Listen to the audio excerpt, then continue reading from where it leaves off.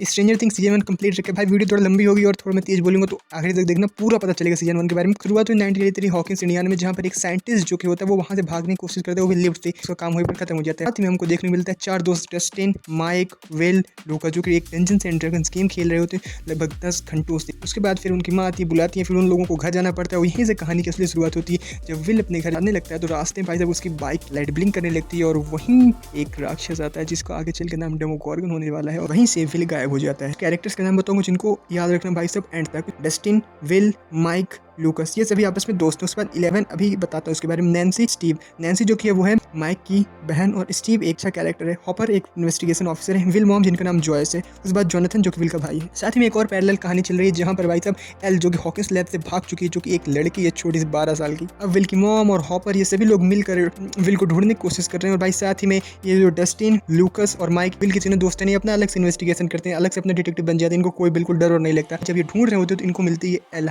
Mic उसे अपने घर ले जाता है, अपने बेसमेंट में रखता है और किसी से बताता नहीं है। नैन्सी की दोस्त बार भी गायब हो जाती है स्टीव के घर के पास। भाई लेकिन विल की जो मॉम होती है उनके घर में उनकी लाइट ब्लिंक कर, उसके जरिए वो विल से बात करती है और विल बताता है कि वो यहीं पर है लेकिन वो दिखता नहीं है किसी को। अब एल जिसके अंदर एक ऐसी पावर है जो भाई से अपने दिमाग से किसी भी चीज को कंट्रोल कर लेती है या देख सकती है, विल की आवाज को सुनवाती है उन सभी को, तो उन लोगों को भरोसा हो जाता है कि भाई साहब विल अभी जिंदा है, मरा नहीं है। फिर हॉपर शक होता है डॉक्टर बर्नर की तरफ। भाई उसके ऊपर कुछ गलत अफवाहें भी थी, तो भाई साहब वो चुपचाप जाता है डॉक्टर बर्नर के लैब में। अनोखा दरवाजा होता है भाई साहब जिसके पीछे वो लोग एक्सपेरिमेंट भी कर रहे होते हैं। ये चारों दोस्त एल से पूछते हैं वो कहाँ, तो एल उसे माइक के घर ले जाते। फिर वो अपने साइंस के सर से पूछते हैं, वो बताते हैं कि कई पैरेलल यूनिवर्स होते हैं। विल ऑफ शैडो एक सेम दुनिया है दूसरे डायमेंशन में जहाँ बुराई और काला जादू होता है, और वहाँ जाने का तरीका है जब बहुत सारी पावर जनरेट करे तो टाइम और स्पेस के बीच में एक दरार बन जाएगी और वो गेट खुल जाएगा जिसके जरिए वो जा सकती है। नैन्सी जब इन्वेस्टिगेट कर रही है बार्ब के बारे में जो वो स्टीव के घर के पीछे गई, तो उसको भी डेमोगोर्गन जैसा कुछ दिखाई दिया, तो वहाँ पर भी एक गेट खुला था और उस गेट के जरिए वो अंदर गई, लेकिन कैसे करके बाहर आई। खबर को अभी तक एल जो कि है वो